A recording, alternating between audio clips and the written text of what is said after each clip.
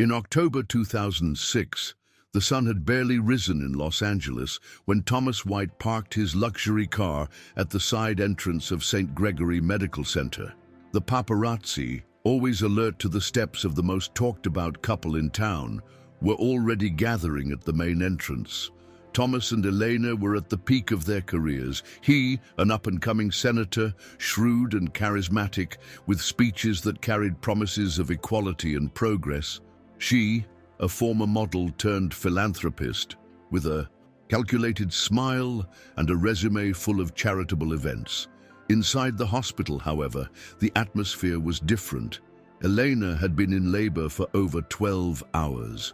With every contraction, she felt not just pain, but the pressure to deliver the perfect heir, one who would further strengthen the couple's public image. The birth was expected to be a spectacle, with the expectation of beauty, health, and, though never spoken aloud, purity.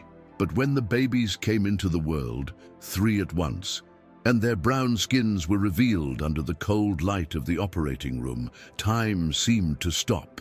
Elena was left speechless, staring at the wrinkled, dark faces that cried out loud as if they sensed the rejection to come. Thomas, upon seeing the children, did not approach. He crossed his arms and leaned against the wall, as if those newborns were the result of someone else's mistake. None of them said a word for several long minutes. The doctor, bewildered, tried to break the silence with technical phrases, but nothing sounded sufficient. The look between the couple was a silent pact. A few hours later, in a private room, they sealed the decision to hand the children over to the system, away from the spotlight, away from shame. There was no farewell, no touch, just a signature, a check, and the silence of someone erasing 3 unwanted lives from their own history. Before the story continues, make sure to subscribe to the channel, like this video, and turn on notifications. It helps give voice to stories like this. The 3 babies were registered with generic names hastily chosen by a social worker who had already seen this story repeat itself, not with celebrities, of course, but with ordinary people who, out of fear, prejudice, or despair, abandoned children as if they were problems to be solved with a pen and stamp. Mateo, Juan, and Sofia. The names came even before any affection, like labels stuck on quickly changed diapers. They were sent to Santa Clara, orphanage, an institution hidden in a neighborhood away from the city, where time seemed to have stopped in the 1980s. Iron beds, faded walls, the smell of expired disinfectant, and an eerie silence in the corridors, broken only by the nighttime cries of children who seemed to have been born tired. Their first year of life passed in blank. No parties, no kisses on the forehead before sleep, no warm arms to cradle fevers. They were fed, cleaned, and weighed, but not embraced. They grew up together, but they did not feel belonging anywhere. As they grew older, it became impossible to ignore the sideways looks of the caregivers. It wasn't explicit, but it was constant. The torn blanket that only went to their crib, the colder porridge, the silence when they asked for a hug. Mateo, the quietest of the 3, was the first to understand that something was wrong with the way they were being treated. Sofia, although small, already retaliated with her eyes. She stared. Juan, on the other hand, was explosive. He cried loudly, screamed for attention, and was often punished for disturbing or being aggressive, even when he was only trying to defend himself. The trio grew up as if the world had forgotten to teach them what affection was. The little they knew came from the instinct to care for each other. When one fell, the other lifted him up. When there wasn't enough food, they shared in silence. No one told them that they were siblings, but abandonment did that on its own. The bond that did not come from the cradle came from the shared pain. Time went on, and with it, the little ones became children who carried in their eyes a mix of curiosity and distrust. When they turned 6, they were enrolled in a public school near the orphanage, more to fulfill protocol than to guarantee any kind of future. On the very first day, they understood that the world outside was not much different from what they experienced within the institution's walls. The other children, looked at them with strangeness, whispered and laughed. A teacher, upon seeing the three arriving together, asked aloud if they were really siblings, with a tone between surprise and mockery. Mateo lowered his head, Juan clenched his fists, and Sophia held her chin high. Each reacted in his own way, but all felt the same discomfort. The discomfort of existing in a place that seemed to reject them just because of the color of their skin. Over the years, this rejection took on new forms. Mateo was constantly left out in group activities. When he raised his hand to answer, they pretended not to see him. Juan, with his more impulsive temperament, accumulated suspensions for talking back to classmates or being aggressive, even when he was merely trying to defend himself. And Sophia, as much as she excelled in reading and writing, was always underestimated. "You do speak well, don't you?" they said once, as if expecting less from her. But what hurt the most was not the blatant prejudice. It was the subtle, everyday one, the kind that made it so they were never invited to birthday parties, never appeared on the school bulletin boards, treated as an exception to be tolerated, never as a true part. At night, lying in their metal beds, the three exchanged few words. They had learned that the world did not always respond when you spoke, and sometimes silence was safer than hope. When they turned 13, a new social worker was assigned to their case. Her name was Valeria, a woman in her early 30s, with her hair always tied in a loose bun and eyes that seemed tired but alert. Unlike the other staff who hurried indifferently through the corridors of Santa Clara, she stopped. She asked questions. She listened. The first time she spoke with the three, she brought a bag of gummy candies, not as a bribe, but as a gesture of approach. They were, of course, surprised. Juan didn't take any. Mateo watched in silence. Only Sophia extended her hand, but said nothing. Valeria was not offended. She sat on the floor near them and explained that she, too, had grown up in a shelter, that she knew what it was like to wait for someone who never came, that she understood silence. It was the first time anyone had said to them, "I know how it is." Valeria's visits became weekly. Sometimes she would appear with books, sometimes just with words, but always with her presence. She never promised adoption, nor miracles, but she began to ask things that no one else asked: what they liked to do, what they wanted to learn, if they knew where they came from. It was she who, in one of these conversations, mentioned the existence of an old record at the registry office with the names of their biological parents. Mateo was the first to show interest. Juan said it didn't make a difference, and Sophia was caught between fear and curiosity.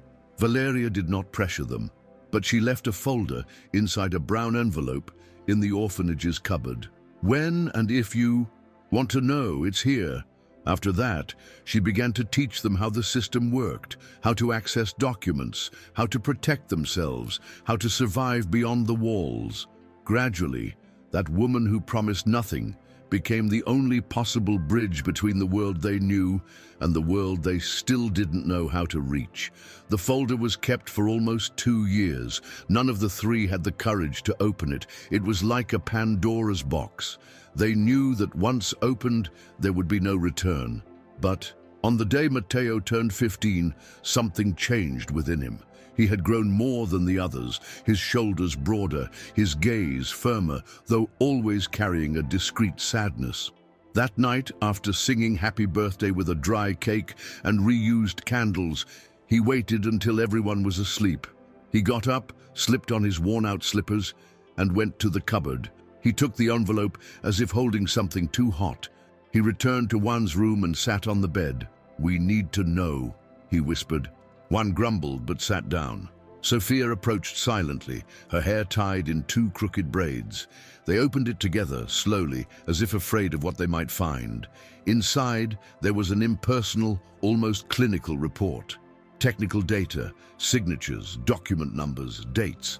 But among the cold sheets, 3 names leaped out: Thomas and Elena White. The shock came first as silence. Mateo read and reread.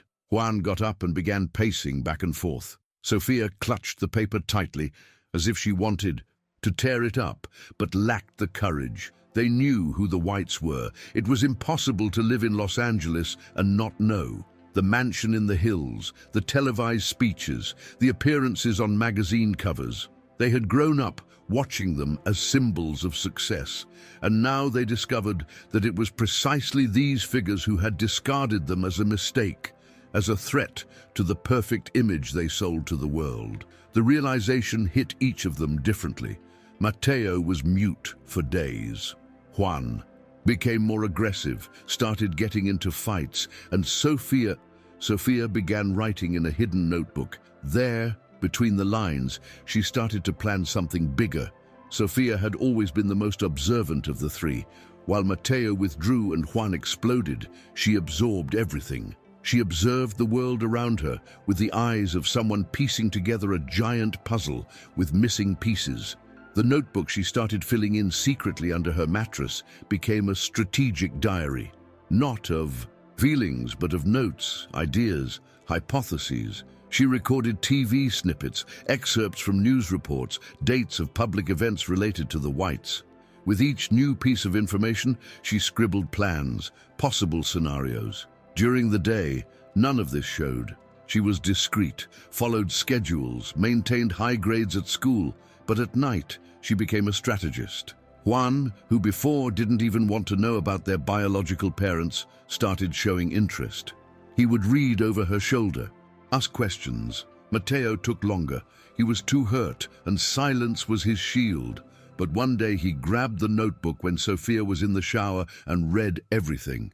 He didn't say anything at that moment, but later that same night, he was the one who suggested, what if we showed up in public at the biggest event possible? The idea seemed absurd at first. The three still lived in the orphanage, had little more than donated clothes and a limited routine. But the strength of truth was something that even abandonment could not erase. They started saving money. Juan washed cars on weekends, Mateo did small repair jobs, and Sophia sold bracelets made from colored thread to schoolmates. With Valeria's discreet help, they obtained documents that proved their biological link. They didn't want confrontation for money, nor for fame. They wanted to be heard. They wanted the world to know.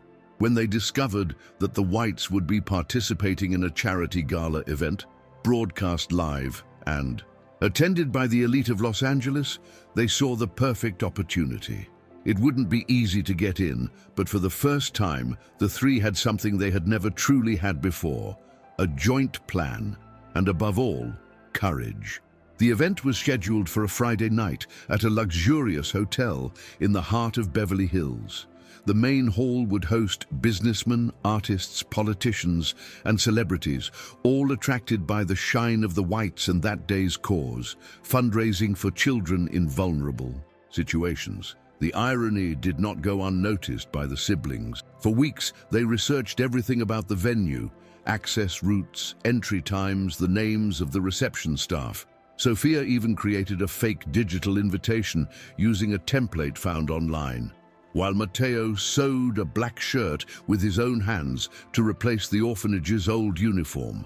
Juan, as always, took care of the riskiest part, figuring out a way to bypass the main entrance.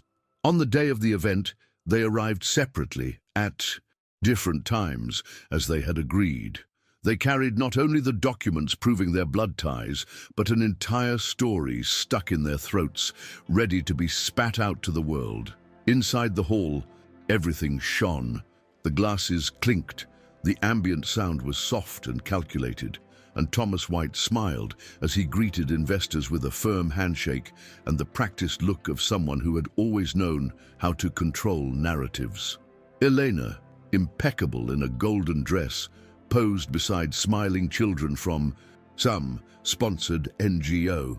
When the presenter announced the start of the ceremony, asking for attention for the hosts, the lights adjusted and the audience fell silent. It was at that moment that Sophia, from the back of the hall, stood up. She wore a blazer that was too large, borrowed from Valeria, and held a microphone she had managed to grab during a distraction by the sound crew. Her voice came out trembling at first, but firm. "Good evening. Before you listen to Mr. and Mrs. White, Perhaps you'd like to meet the children they forgot. A murmur took over the room. The cameras turned, and then Juan and Mateo appeared, one on each side, with the documents in hand and the past laid bare on their faces. The silence that took over the hall lasted seconds, but weighed like hours. Elena took a step back, eyes wide, mouth agape. Thomas maintained his posture, but his face hardened, the kind of expression a trained politician tries to hide, but can't when caught off guard. Sophia continued, "We are Mateo, Juan, and Sophia. We were abandoned by you in 2006, right after the delivery. We grew up in an orphanage, and today, ironically, we came here to this event you call philanthropy, to tell the world who you really are." Her voice was no longer trembling. Every word was an elegant punch, meticulously calculated. The security guards hesitated. No one wanted to be the first to interrupt that scene. The guests began to murmur, cell phones appeared, recordings started. Thomas tried to intervene. "This is a misunderstanding." But Mateo calmly held up the papers. "Here is the DNA test, and here is the birth certificate. The names you erased, we retrieved." In the first row, a lady with a pearl necklace covered her mouth. A man in a dark suit filmed everything, eyes wide. Elena, visibly shaken, turned to leave, but was blocked by her own PR team, who now didn't know how to react. Juan, in a more direct tone, said what perhaps everyone was thinking: "You sold 3 children because you were afraid of their skin color, afraid of losing status. Today, you lost much more." The presenter, not knowing what to do, turned off the microphone at the main table, but it was too late. The news spread on social networks in real time. Gossip sites, political columnists, activists, and even artists present began to take a stand. The scandal was underway, and the siblings finally were no longer forgotten shadows in a corner of the city. Now, they had a name, a face, a story, and they were there, in the center of the room, holding with dignity the weight of a truth that no one could ignore any longer.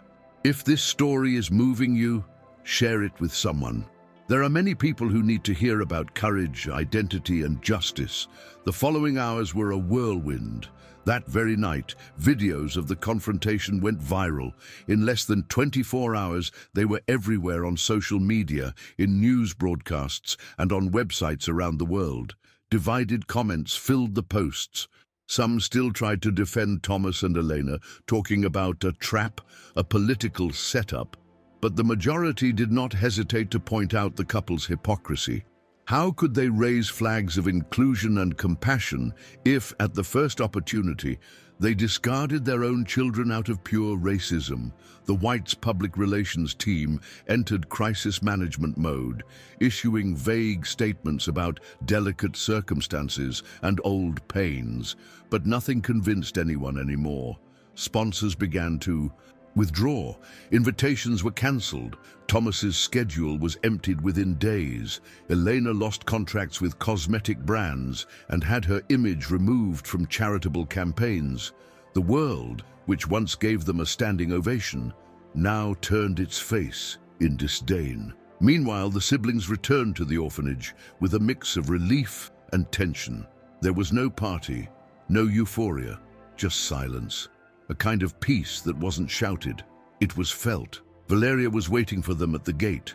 She said nothing, only opened her arms, and for the first time in a long time, the 3 accepted an embrace without hesitation. In the days that followed, they began receiving messages from people who were moved by their story. College students, journalists, even lawyers offered to help. A teacher from a community school got in touch offering scholarships. A woman from the countryside wrote saying she cried upon seeing their courage and wanted to donate books.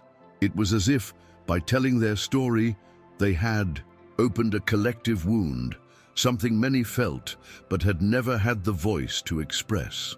Mateo, Juan, and Sophia, still unsure of what tomorrow would bring, at least knew they had done something that would change not only their lives, but the lives of many others as well. In the following months, the three's lives began to take new turns. Matteo, who had always been more introspective, surprised everyone by accepting a full scholarship in a technical electronics course. He spoke little, as always, but for the first time walked with a straighter back, as if the weight of shame was no longer there. Juan, for his part, was invited to participate in a social project aimed at vulnerable youth, where he could channel his anger into debates, discussion circles, and physical activities. It was there that he began to transform his revolt into something constructive. Meanwhile, Sophia dove into her studies. She earned a mentorship with a journalist who was moved by her story and in a short time began writing articles for alternative blogs and newspapers. In one of them she wrote, "Being rejected by those who brought you into this world is a pain that has no cure, but telling your story is a way to prevent it from being buried like trash." Despite the progress, not everything was simple. The exposure brought unexpected consequences. Some local residents began to look at them with pity, something they despised. Others questioned their version of the facts, insinuating that they had taken advantage of the opportunity to gain fame. Matteo avoided these comments. Juan responded with anger. Sophia learned to respond with arguments. "People find it harder to believe pain than a lie," she once said during an interview. But even with the noise, one thing was certain. They were free, not in a physical sense, but emotionally. They no longer walked hunched over, no longer whispered to each other out of fear of disturbing. They had found a new kind of belonging, not based on surnames or inheritances, but on truth, courage, and a bond that not even abandonment could break. That of three siblings who chose not to repeat the cowardice they had once known. With time, the orphanage ceased to be the only home they knew. A new NGO, formed by former shelter residents and supported by donations that grew after the scandal, offered assisted housing for young people transitioning to adult life. Matteo was the first to move out.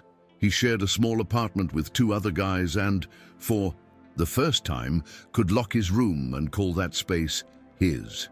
Juan took a bit longer, wanting to be sure that his departure would not leave holes in the system that had helped build him. Sophia used part of a scholarship to rent a room at the back of a lady's house who sold empanadas and who treated her with a kindness she had never received from any adult except Valeria. Life was simple, full of bills and unforeseen events, but it was theirs, and that was enough. One evening, months after the event, the three met in a small downtown cafe. They no longer wore the same clothes, nor did they share the same routines. But when they sat at the table, something in their eyes confirmed that nothing would ever change who they really were. They ordered café au lait and sweet bread, and for a few minutes they sat in silence, only listening to the sound of cups being washed in the back. Matteo remarked that he was learning how to assemble solar panels. Juan talked about a teenager he had managed to rescue from the streets. Sophia smiled and pulled out a newspaper clipping from her bag where her most recent article had been published. "I never thought I'd sign a text with my full name," she said. "Sophia White?" Juan asked, half sarcastically. "Sophia," she replied. That was all. And the three laughed, as if they had finally understood that the past might have left scars, but it no longer defined the path ahead. While the siblings reinvented themselves, on the other side of town, the lives of Thomas and Eleanor were crumbling in slow motion. The fortune that maintained appearances was being consumed by lawsuits, fines, and cancelled contracts. The family name became synonymous with hypocrisy. The mansion in Beverly Hills, once the scene of glamorous parties and meetings with influential leaders, was put up for sale. No buyer was interested, not for the structure, but for the stigma. Eleanor stopped leaving the house. She avoided mirrors, avoided news, avoided questions. Thomas, even, though he tried to maintain his posture, could no longer sustain the character. Political invitations ceased. His speeches, once applauded, now became the subject of jokes at informal dinners. No PR team could erase the damage. It wasn't just about a tarnished reputation, but a legacy destroyed by the truth they had tried to hide for 18 years. However, the downfall did not bring immediate remorse. In the first months, denial reigned. Thomas said everything was an exaggeration by the press. Elena claimed they had been manipulated, but as time passed and the surrounding silence grew, they began to face what they had avoided their entire lives: the choices they had made. One morning, while emptying the house library before the forced move, Elena found an old photograph taken at the hospital on the day of the delivery. It was a blurred, out-of-focus image, but one could see the 3 babies wrapped in white blankets, side by side. No name was written on the back, no smile, only the shadow of someone in the background, perhaps herself. She sat on the cold floor, the frame in her hands, and for the first time in years, she cried uncontrollably. It wasn't a cry of public remorse or self-pity. It was a raw, solitary cry from someone who realized that the real loss was not of power, fame, or money. It was something that could never be recovered. Meanwhile, Valeria continued to be a silent yet constant presence. She didn't seek the spotlight, nor recognition. When asked why she helped those 3 so much, she would simply reply, "Because someone helped me one day." Her work within the system continued, but now with more force. Inspired by the repercussions of the siblings' story, she began to pressure the authorities for real improvements in foster care institutions. She used their case as an example, showing how abandonment could be transformed into a struggle. She said that Mateo, Juan, and Sofia were not exceptions. They were proof that with attention and support, any trajectory could be redefined. One day, while organizing papers in her office, she found a little note left by a newly arrived girl at the shelter. "I want to be like Sofia. She isn't afraid to speak." Valeria kept the paper as if it were a trophy. That day, she understood that the story was only just beginning. The siblings, for their part, continued on different paths, yet always intertwined. Every now and then, they would meet, sometimes in a park, sometimes in a cheap movie theater. And in those few hours, they returned to being that trio who had learned to survive together. Each already had his own routine. Mateo was now interning at a renewable energy company. Juan was about to start a degree in social work, and Sofia published weekly texts in an online column called Invisible Voices. None of them were rich or famous, but there was a sense of accomplishment in the air, not because of titles, but because of autonomy. When they looked at each other, they saw more than siblings. They saw partners in reconstruction, and perhaps the most beautiful part of it all was realizing that even without knowing what the future held, they had already won the greatest battle of all, the battle against the idea that they were worthless. 1 year after the public revelation, the 3 were invited to participate in a panel on youth, inequality, and belonging. The event, organized by a university, brought together young leaders from various parts of the country. Sofia hesitated to accept. She said she didn't want to be seen merely as the girl who exposed the famous parents, but Juan convinced her that it was precisely because of that she should go. "We didn't expose anyone. We told the truth," he reminded her. Mateo, as always, was silent, but on the day of the presentation, he wore a clean shirt and applied gel to his hair. The auditorium was packed, the lights bright. When they went on stage, for an instant, they were once again those invisible children from years ago, but now in front of an audience that wanted to listen to them, not silence them. Sofia was the first to speak, and when she finished, a young woman in the audience stood up and said in a firm voice, "Thank you for saying what many of us have never been able to." At that moment, something was confirmed within them. The story they carried was not a burden, but an instrument. Mateo's words came next, short but impactful. He said that for a long time he thought silence was his only way to exist.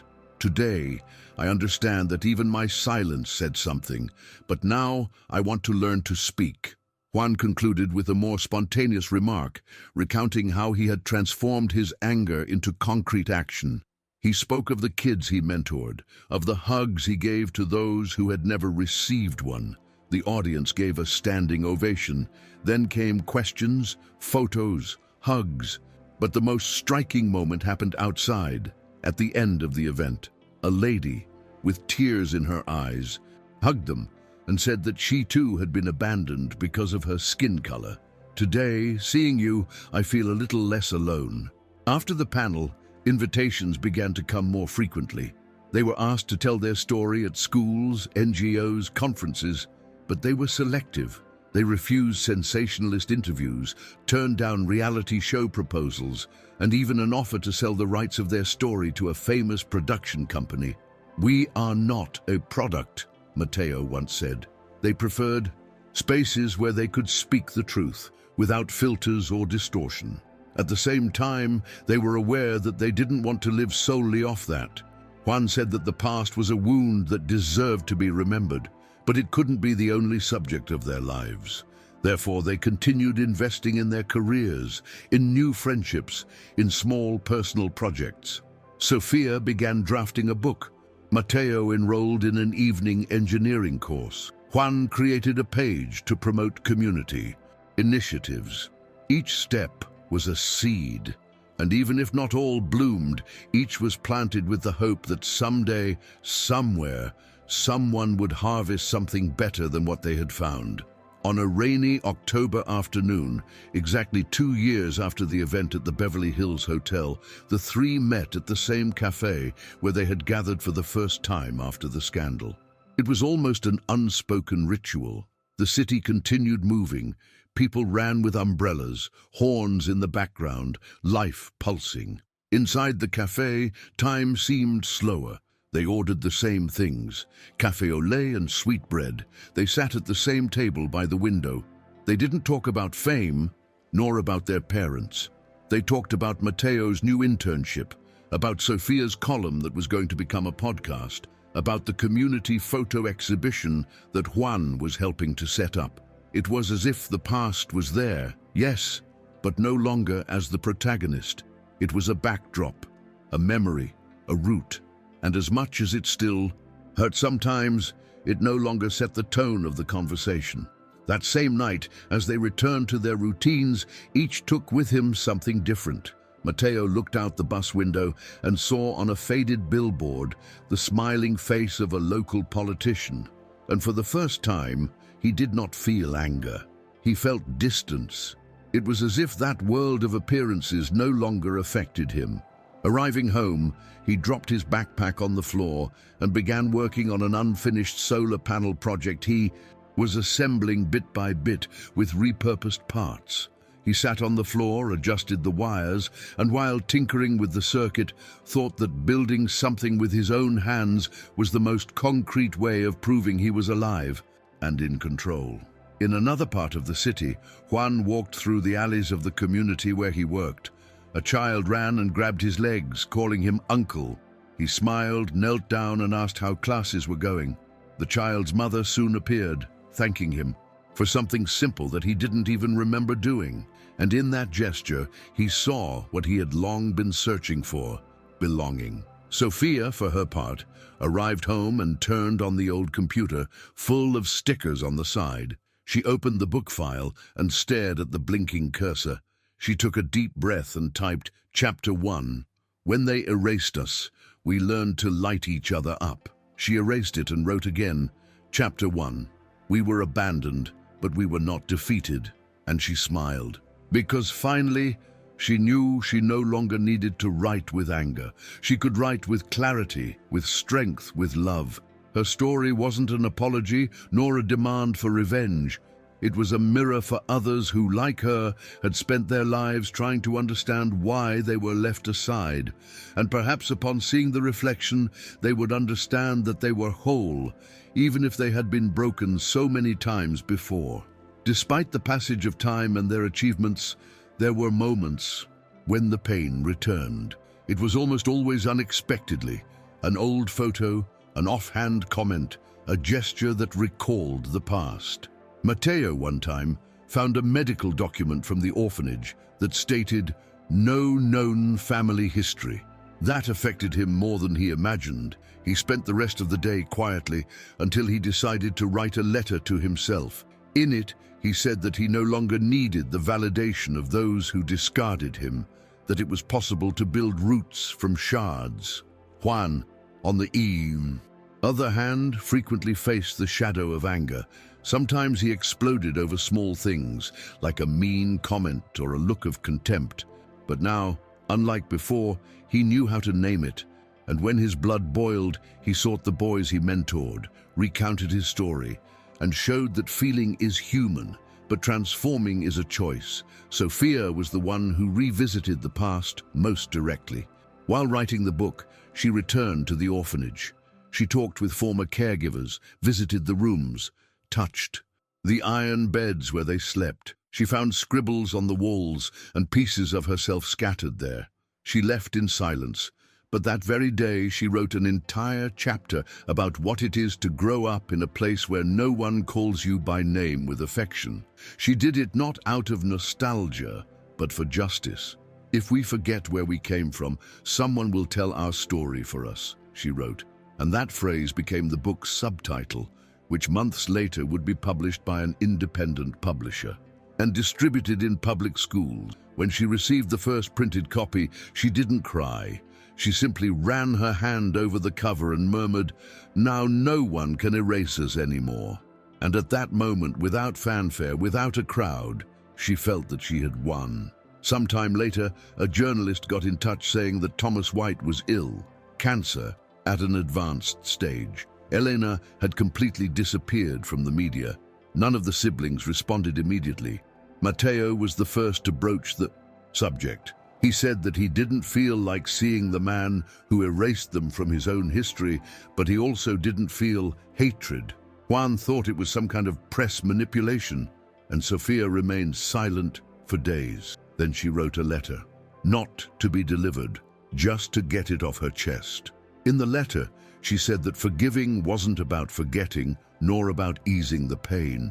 It was simply about not carrying any more the weight that wasn't theirs, that the pain belonged to those who caused it, and that they, the three, had already learned to move on without begging for affection where only vanity existed.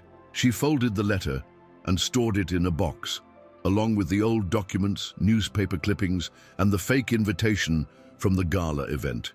It was the end of a cycle. They never went to visit Thomas, nor Elena, and not out of revenge, but because they understood that some meetings do not need to happen for closure.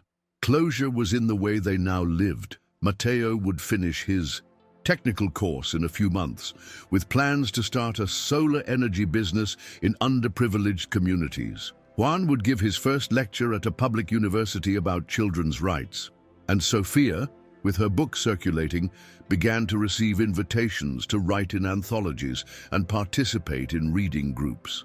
None of them saw themselves as examples, but they all knew that their trajectories said something important, that even the most wounded stories can find dignity, that abandonment is not a sentence, and that sometimes the true victory lies not in confronting the past, but in choosing every day not to repeat its mistakes. On the 18th anniversary of the public revelation, the three decided to meet again at the same cafe, as they always did. It was a silent custom, with no need for an invitation. It was raining again, just like the first time. But now, none of them carried old backpacks or borrowed clothes. They arrived with their own umbrellas, their own paths. Matteo came in first, already sporting a light beard and a calmer look. Juan arrived next, with headphones around his neck and a broad smile. Sophia came last, wearing a vibrant yellow coat and a bag full of papers. They ordered the same things. They laughed at the same old jokes. And between sips of coffee, they remembered the day it all began. Not with heaviness, but with a certain amazement at everything they had built after that moment. "We were just three lost kids trying to be heard," said Juan. "And now what are we?" asked Matteo. Sophia answered without thinking. "We are who we needed when we were children."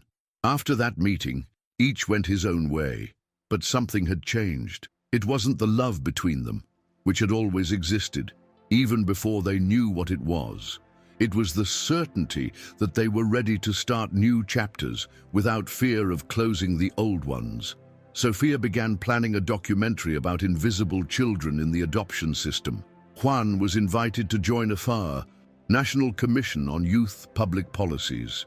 Mateo, more discreet, began teaching electronics to at-risk teenagers. None of them sought applause. What they wanted, above all, was to ensure that other children would not have to go through what they went through, and perhaps, just maybe, that would be the most powerful legacy anyone can leave, the ability to transform pain into a path and silence into voice.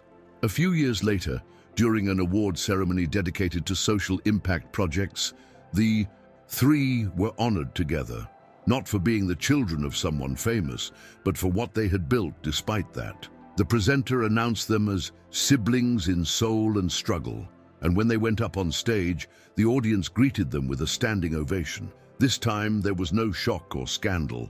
There was recognition, there was respect, and above all, there was love. Mateo spoke little, as always, but ended by saying that the greatest project of his life wasn't any equipment. It was believing in someone who was never believed in. Juan recounted a story of a boy who hugged him and said that thanks to him, he now dreamed of being a teacher.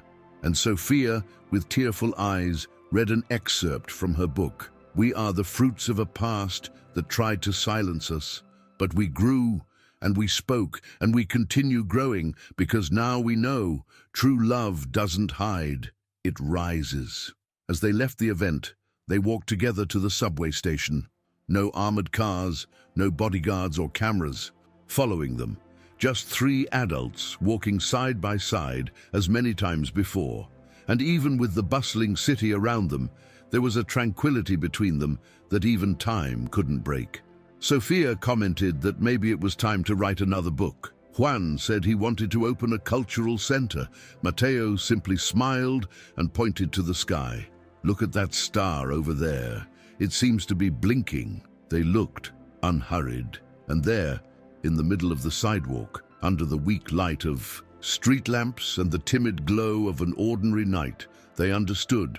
Perhaps they were not destined to have a traditional home with a family tree and picture frames, but they had one another, and that, they now knew, was more than enough. Sometime later, during a visit to a public school where Sophia had been invited to speak to high school students, a girl raised her hand and asked, "Do you still feel anger towards your parents?" The room fell silent. It was a direct, simple question, but it carried deep layers. Sophia thought for a few seconds before answering. She said that anger was like a dark room where she had lived for a long time, but that, over time, she had opened the windows. Today, I no longer live in that room. Sometimes I pass through it, sometimes I remember how suffocating it was, but I live somewhere else now. The girl smiled shyly, as if she had received an answer she didn't expect, but that made sense. And Sophia understood at that moment that her story would continue to echo, not as an open wound, but as a scar that teaches. Later that same night, she wrote one last page in the old notebook she had kept since adolescence.